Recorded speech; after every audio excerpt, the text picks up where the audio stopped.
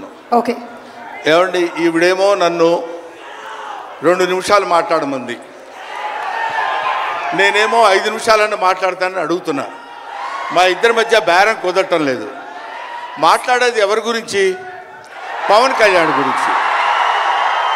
పవన్ కళ్యాణ్ గురించి మాట్లాడాలంటే 2 నిమిషాలు మాట్లాడటం కంటే చాలా థ్యాంక్స్ అండి, సంతోషం అని వెళ్ళిపోవచ్చు. అలా చేయనా సార్? 2 నిమిషాలు ఇక్కడ, 3 నిమిషాలు నాతో ఫోన్లో మాట్లాడరా? Okay sir. పోనీ ఒకటి. ఇప్పుడు ఇక్కడి నుంచి లెక్కేసుకోండి టైము, ఇందాకది కాదు.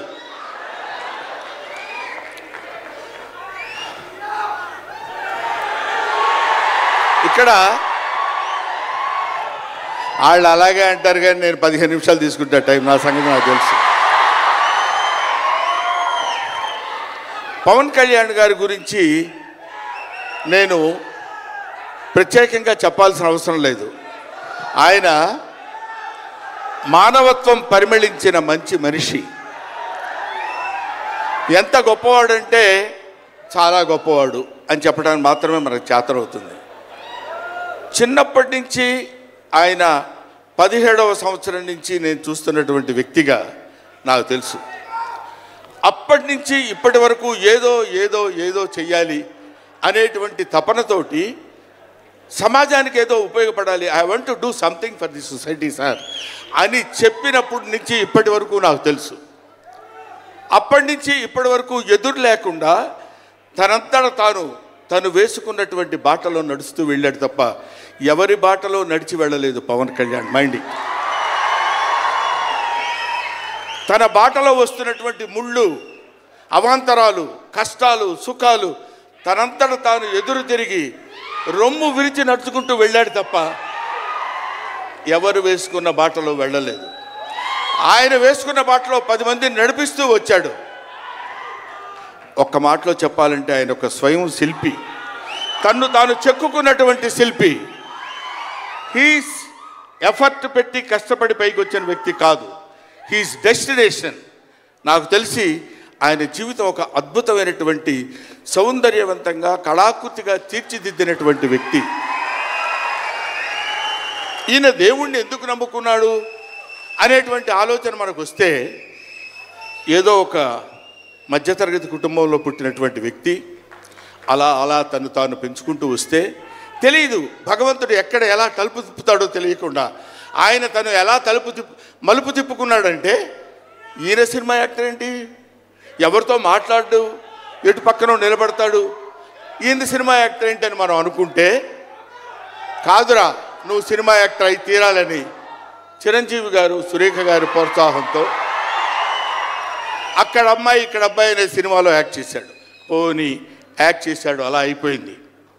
అయిపోయిన తర్వాత అంతటితో ఆగాడా? మళ్ళీ ఎందుకు తిరిగాడో ఈ పొలిటికల్ లైన్లో తిరిగాడు. ఇది ఆయన చేసుకుంది కాదు, ఇది ఒక డెస్టినీ ఆయన నడిపిస్తుంది. అలా తిరిగి తిరిగి తిరిగి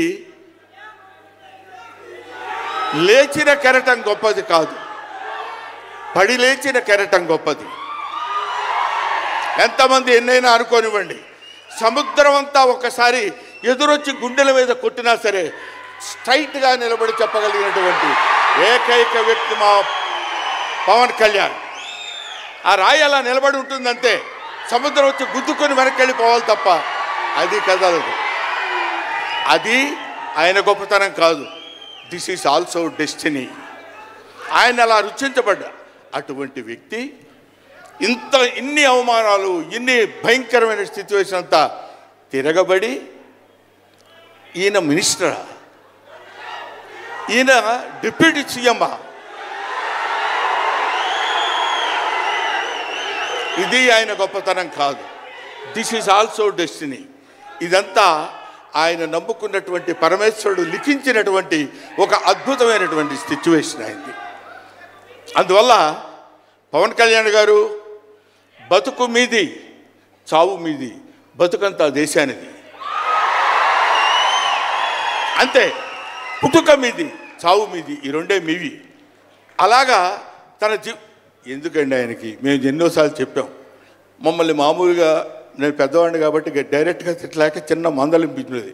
ఎందుకంటే మనకి ఆ రాజకీయాలన్నీ ఎందుకండి, నో.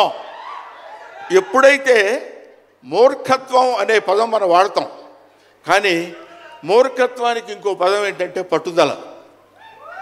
పట్టుదల ఉంటే ఏదైనా చేయగలం. నువ్వు నా దగ్గరికి రావద్దు సుమా, వెళ్ళు. పట్టుదల ఉంటే మనం ఏమైనా చేయగలం అని చెప్పడానికి మహానుభావులు ఎంతో మంది పట్టుదలతో పెరిగారు, పుట్టారు, పెరిగారు. ఒక లాల్ బహదూర్ శాస్త్రి పట్టుదల, ఎడం చేత్తో కుడి చేత్తో పుస్తకాలు పట్టుకొని ఎడని చేత్తో గంగానది ఈదుకుంటూ వెళ్ళి చదువుకున్నటువంటి దాదాసాహెబ్ ఫాల్కే అంబేద్కర్. ఆయన పట్టుదల. ఎంతమంది చెప్పినా వినకుండా నేను I want to know the truth అని చెప్పినటువంటి రమణ మహర్షి పట్టుదల, రామకృష్ణ పరమహంస పట్టుదల. వీళ్ళందరూ పట్టుదలతో పుట్టారు, పట్టుదలతో పెరిగారు. కాబట్టే ఇవాటి వరకు ఇలా నిలబడగలిగారు. ఇప్పుడు నేను చెప్పేది, రేపొద్దున ఆయన ఎంత గొప్పవాడు అవుతాడనేది మనం నిర్ణయించలేము, మన చేతుల్లో లేదు. ఇవాళకి ఈ స్టేజ్కి వస్తాడని మనం అనుకోలేదు. ఇక తర్వాత ఏ శిఖరాలైనా అధిరోహించబోతున్నాడో అది ఆయన చేతుల్లో లేదు, మన చేతుల్లో లేదు. సకల సృష్టి స్థితి రేఖాడైన భగవంతుడి చేతుల్లో ఉంది.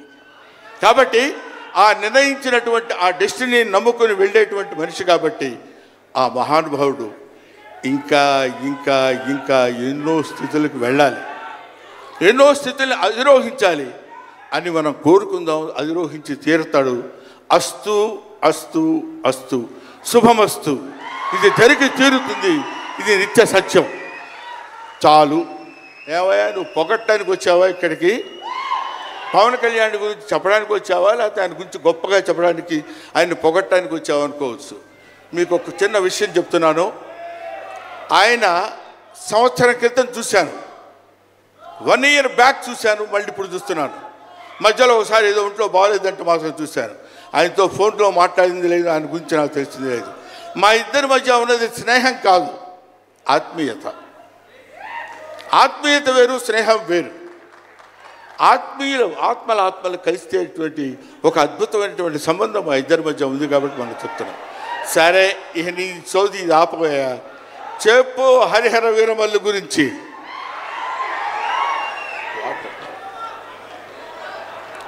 హరిహర వీరమల్లు ఇందాక తమ్ముడు భరణి చెప్పినట్టు,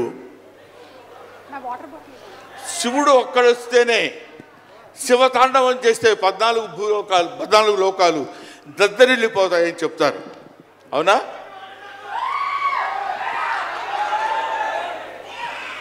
శివుడు త్రిశూలం పట్టుకుని తాండవం చేస్తే గడగడ గడగడగడ భూలోకం అంతా ఉణికిపోతుంది. అటువంటి శివుడు వస్తున్నాడు. విష్ణుమూర్తి సుదర్శనాన్ని వదిలితే ఎంతోమంది శిశుపాల నుండి సంహరించగలిగిన శక్తి ఉంది అతనికి. ఒకడు హరుడు, ఒకడు హరి. విష్ణుమూర్తి, శివుడు వీళ్ళిద్దరూ కలిసి వస్తున్నాడు. హరిహర వీరమల్లు పేరుతో వచ్చినటువంటి హరిహర.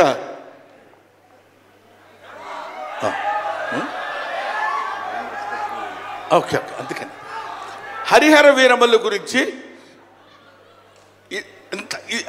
మధ్యలో చిన్న డిస్టర్బెన్స్ జరిగింది. సరే, ఏదేమైనా ఆ సినిమా గురించి ఇంక నేను చెప్పాల్సిన పని లేదు, మీరు చూస్తారు కాబట్టి నేను మాట్లాడదు. ఎందుకంటే పవన్ కళ్యాణ్ గారి గురించి ఆవిష్కరించి ఆయన గురించి 2 ముక్కలు చెప్పాలని. సరే, సినిమా గురించి అంటారా, ఇంకా ఆయన గురించి మనం ప్రత్యేకంగా చెప్పాల్సిన అవసరం లేదు. ఆయన అలా కొట్టుకుంటూ ఇంకా రచ్చ రచ్చ రచ్చ రచ్చ కింద ఉంటుంది. ఇప్పటికే పవన్ కళ్యాణ్ గారు, మరి ఆయన జాతకం ఏంటో నాకు తెలియదు, ఇలాంటి స్టైల్. అప్పుడెప్పుడో ప్యాంటు మీద ప్యాంట్ వేసుకుంటే స్టైలు. ఆయన